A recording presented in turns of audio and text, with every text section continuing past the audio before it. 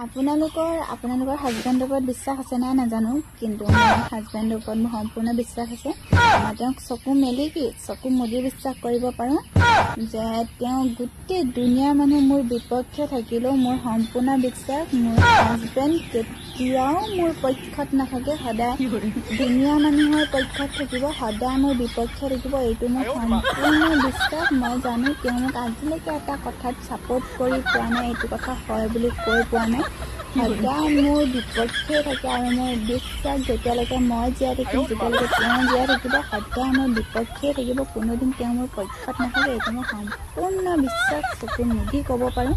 তেওঁ মোক ভৱিষ্যতলৈকে তেওঁ মোৰ পক্ষত কেতিয়াও নাথাকে, সদায় মোৰ বিপক্ষে থাকিব, মোৰ সম্পূৰ্ণ বিশ্বাস। আপোনালোকক কোনে আছে মোৰ হাজবেণ্ডে মোক মোৰ ওপৰত উঠাইছে বুলি? মোক মোৰ হাজবেণ্ডে একো এটা নকয়, চব মই মোৰ ইচ্ছামতে কওঁ বুলি কোনে আছে আপোনালোকক? আপোনালোকে জানে মোৰ হাজবেণ্ডে মোক প্ৰতিটো কথাতে অকল নাতেই থাকে, কোনোদিন হাঁহটো নকয়। সদায় এইটো নকৰিবি, সেইটোত নাযাবি, এইটো কিয় কৰিলি, এইটো ল'ব নালাগিছিলে, এইটো কিয় কৰিলি, এইটো কৰিব নালাগিছিলে, অকল এইকেইটা সদায় নাতেই থাকে, কোনোদিন হাত নকয়। আৰু আপোনালোকে কৈছে মোক মোৰ মানুহজনে মূৰৰ ওপৰত উঠাইছে। মূৰৰ ওপৰত উঠাটো বাদেই দিয়ক, ভালকে মাটিৰ ওপৰতে থাকিবলৈ দিছে নাই? মূৰৰ ওপৰত আপোনালোকে মানুহ মাৰিব দেই। মূৰৰ ওপৰত উঠাবনে মাটিৰ ওপৰতে শান্তিত থাকিবলৈ দিছে না? আমাক মূৰৰ ওপৰত উঠাব মোক আৰু মূৰৰ ওপৰত উঠাবলৈ এনেকুৱা মতা পাবলৈ আমাক ভাগ্য লাগিব। মোৰ এখন কপাল নহয়, এখন মোৰ চোতাল। সেইকাৰণে মাটিৰ ওপৰতো শান্তিত থাকিব পৰা নাই। মূৰৰ ওপৰত উঠাইছে।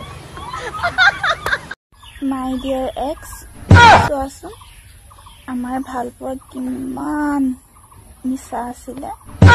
আজি তুমিও জীয়াই আছা আৰু ময়ো জীয়াই আছো।